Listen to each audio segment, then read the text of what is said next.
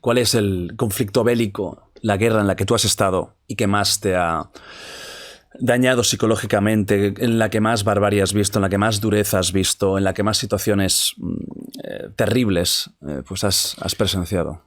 Bueno, Borneo fue duro. Curiosamente era una guerra olvidada, porque hay que hablar de dos tipos de conflictos. Uno, los conflictos en los que los medios prestan atención, y otros a los que nadie hace caso. Claro, nadie iba a Borneo a contar que unos Dayak de una tribu estaban cortándole la cabeza a unos inmigrantes que no eran blancos ni europeos. La gran hipocresía de lo que pasa, por ejemplo, en Ucrania. Bueno, claro, cómo se ha recibido a los ucranianos, que yo estoy totalmente a favor de que cualquiera que huya de una guerra sea recibido así, y cómo se recibió a los sirios. Quiero decir, si vienes con los ojos azules y rubio, te van a tratar mucho mejor que si vienes de África. Eso es así, ¿no?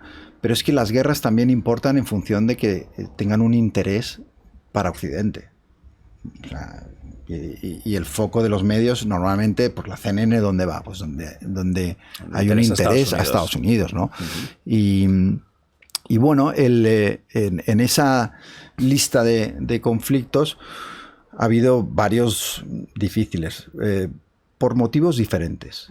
En unos casos ha sido por el sufrimiento de la gente, en otros se ha añadido la putada de compañeros que han caído, que eso ha hecho todavía peor la sensación. Y quizá uno que yo llevo muy clavado dentro es Afganistán.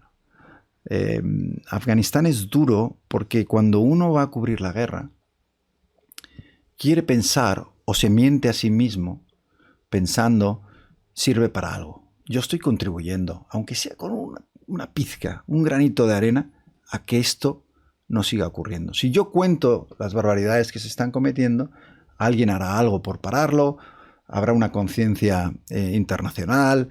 Bueno, cuando tú ves que después de 20 años de guerra, los talibán vuelven al poder, las niñas otra vez no pueden ir a la escuela, claro, dices, joder, todos estos 20 años de guerra y de periodistas que han perdido la vida contándola, ¿ha servido de algo? Eso es una pregunta muy dura para el reportero, que se ha ido a jugársela y que ha estado contando todo eso, y que muchas veces te preguntas, oye, ¿ha valido la pena?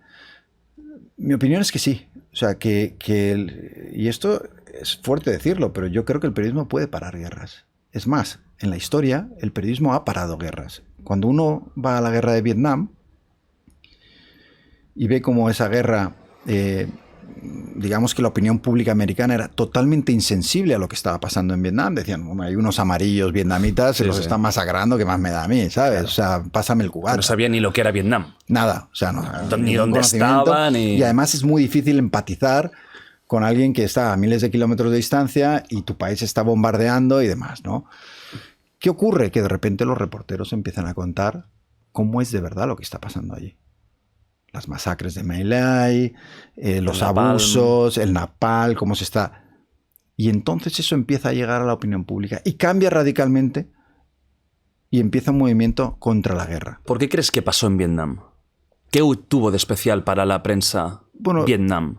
Yo creo que era otra época. Estamos hablando de una coincidencia con ese movimiento hippie. Con... ¿69 era?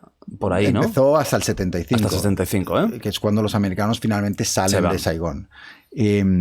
Creo que se crea un movimiento por la paz, ¿no? Es decir, oye, pero ¿qué hacemos ahí matando a miles para imponer el gobierno que a nosotros nos guste? Claro. ¿Por qué no nos metemos en lo nuestro, ¿no? Que es una cosa que yo digo siempre, ¿no? Dejemos ya de entrometernos en la vida de otros países, ¿no? Ellos tendrán que decidir su futuro.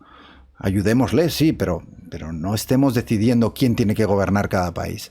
Entonces, eso cambia la percepción que los americanos tienen, y hay una opinión pública tan en contra de la guerra que al final no les queda más remedio que intentar salir de ahí. Pero es que en Yugoslavia pasó lo mismo. Es decir, en Yugoslavia, cuando los reporteros empiezan a contar las masacres en los mercados, ¿no? Esas mujeres que se iban a comprar el pan y los francotiradores las abatían. Los reporteros esto lo contaban desde el Holiday Inn, porque tú lo veías, ¿no?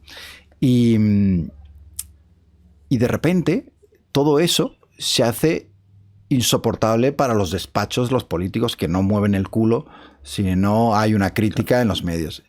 Y eso hizo que los países se pusieran en marcha para detener esa guerra. Entonces, no digo que siempre ocurra, digo que puede tener un efecto positivo el que haya testigos. Y ahora imaginemos qué pasaría si no hubiera nadie, ¿no? Si hay una guerra y los contendientes saben que no hay un solo testigo que vaya a recoger las barbaridades que hagan. Sería mucho peor. Y las posibilidades de que a nadie le importe lo que está pasando serían menores porque nadie lo está viendo, ¿no? Aunque tú, al hacer tu pregunta, yo creo que tocas un tema muy importante y es, ¿y ahora? Porque a veces tiene uno la sensación de que ahora ya no, ¿no? De que da igual lo que cuentes, que cada uno estamos a lo nuestro y que nos preocupa Ucrania un ratito, claro, pero enseguida perdemos la atención, estamos distraídos con, oye, vamos a poner la siguiente serie de Netflix, ¿no?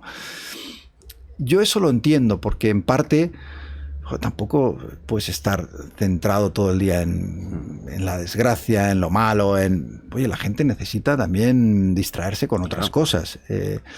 Pero sí creo, viendo un poco la reacción a las coberturas en todos estos años, que nos hemos anestesiado y que cada vez nos cuesta más ponernos en la piel de la gente que está sufriendo esos conflictos.